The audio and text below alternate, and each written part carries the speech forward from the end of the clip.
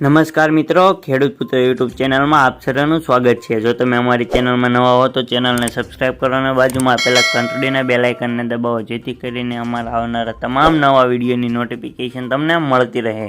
આ વાવાઝોડું આજે સૌરાષ્ટ્ર અને કચ્છના દરિયા કિનારે કહેર વર્તાવી રહ્યું છે। આજે આ બિપોરજોય વાવાઝોડું જખો પોર્ટ નજીક લેન્ડફોલ થશે તેવી શક્યતાઓ જોવા મળી છે અને તેની અસર 6 કલાક સુધી રહેશે તેવું કહેવામાં આવે છે। વિનાશક બિપોરજોય વાવાઝોડા ચક્રવાતી વાવાઝોડું આગામી 24 કલાકમાં વધુ તીવ્ર બની શકે છે। આ વાવાઝોડું ત્રાટકવાની શક્યતા પ્રબળ હોય, કેન્દ્ર સરકારની નજર પણ સંભવિત પરિસ્થિતિ અને તૈયારી પર રહેલી છે। બિપોરજોય વાવાઝોડાની અસરને જોતા કચ્છ અને સૌરાષ્ટ્રના દરિયાકાંઠે રેડ એલર્ટ જાહેર કરવામાં આવ્યું છે।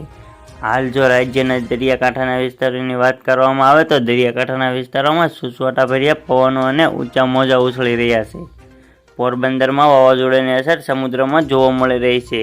દરિયામાં ભારે કરંટની સાથે ઊંચા મોજા પણ ઉછળી રહ્યા છે। આજે હવામાન વિભાગ દ્વારા પોરબંદરમાં ભારે વરસાદ પડવાની આગાહી કરવામાં આવી છે। આ સાથે જ જામનગર, મોરબી અને પોરબંદરમાં રેડ એલર્ટ જાહેર કરવામાં આવ્યું છે। આ ત્રણેય જિલ્લા માટે ભારે વરસાદની આગાહી કરવામાં આવી છે। જેમ જેમ વિનાશક બિપોરજોય ચક્રવાતી વાવાઝોડું દરિયાકાંઠા વિસ્તાર તરફ આગળ વધી રહ્યું છે તેમ ભારે વરસાદી માહોલ જોવા મળી રહ્યો છે। માંડવીમાં વાવાઝોડાના પગલે દરિયા કિનારાના આસપાસના વિસ્તારમાં ખાલી કરી દેવામાં આવ્યા છે। દરિયામાં 15 થી 20 ફૂટ ઊંચા મોજા ઉછળી રહ્યા છે। બિપોરજોય વાવાઝોડું ત્રાટકવાની સંભાવનાને પગલે સાવચેતીના પગલાં લેવાઈ રહ્યા છે, જ્યારે યાત્રાધામોએ પણ નિર્ણયો લીધા છે। આજથી 16 જૂન સુધી પાવાગઢ, અંબાજી અને ગિરનારમાં રોપવે પણ બંધ કરવામાં આવી છે। આ ઉપરાંત સાળંગપુર સોમનાથ મંદિરના દર્શનાર્થીઓ માટે પણ બંધ કરવામાં આવ્યા છે। આ ઉપરાંત દીવના તમામ બીચો બંધ કરી દેવામાં આવ્યા છે અને સાબરમતી રિવરફ્રન્ટ પણ આજ સાંજ સુધી બંધ રહેશે। જેમ જેમ બિપોરજોય વાવાઝોડું નજીક આવતું જાય છે તેમ તેમ દરિયાકાંઠાના વિસ્તારોમાં ભારે વરસાદ પડી રહ્યો છે। ગુજરાતના દરિયાકાંઠાના વિસ્તારોમાં સરેરાશ 1 ઇંચ વરસાદ પડ્યો છે।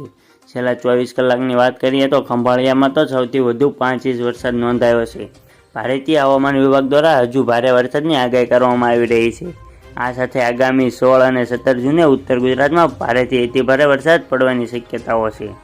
ગુજરાતના તાલુકાનો અનુસાર વરસાદની વિગતો પ્રમાણે વાત કરીએ તો છેલ્લા 24 કલાકમાં 95 તાલુકામાં વરસાદ નોંધાયો છે, જ્યારે 24 કલાકમાં 29 તાલુકામાં તો 1 થી પણ વધુ ઇંચ વરસાદ નોંધાયો છે।